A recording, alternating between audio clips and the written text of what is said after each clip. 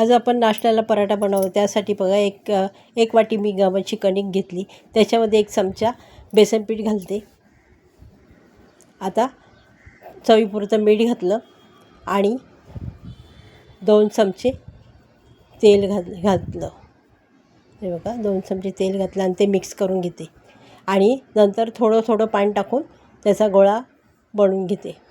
असं कणिक मी भिजवलं आणि 10 मिनटं बाजूला ठेवलं. आता बघा एक कांदा घेतला, 1 शिमला मिरची घेतली आणि थोडी कोथिंबीर घेतली, ही चिरून घेतली अशी.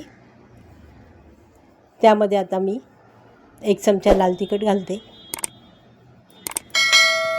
1 चमचा तीळ घातले आणि चवीपुरतं मीठ घातलं आणि आता ते मिक्स करून घेते. असं मी मिक्स करून घेतलं. आता कणिक भिजवली होती त्यातले 2 गोळे काढून घेतलेत मी. बघा आता ते दोन्ही गोळ्यांचे पोळ्या लाटून घेते.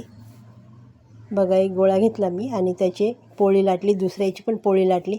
एका पोळीवर मी आता हे मिश्रण कांदा मिरचीचं मिश्रण होतं ते ठेवलं.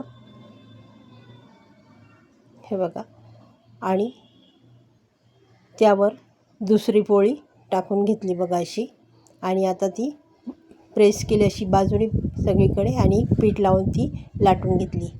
हे बघा अशी मी लाटून घेतली. हे बघा हलक्या हाताने लाटायची. आता गॅसवर मी तवा ठेवला आहे, त्याच्यावर तूप घातलं आहे, थोडंसं तूप टाकलं, साजूक तूप, आणि आता ते तूप पसरवून घेते बघा आणि त्यावर तो पराठा टाकते. हे बघा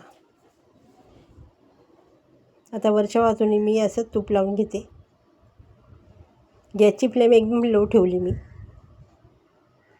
आणि आता ते दोन्ही बाजूने चांगला शेकून घेते. असा मी पराठा दोन्ही बाजूने चांगला शेकून घेतला. आता काढून घेतला प्लेटमध्ये. बघा रेसिपी आवडली असेल तर लाईक करा, शेअर करा.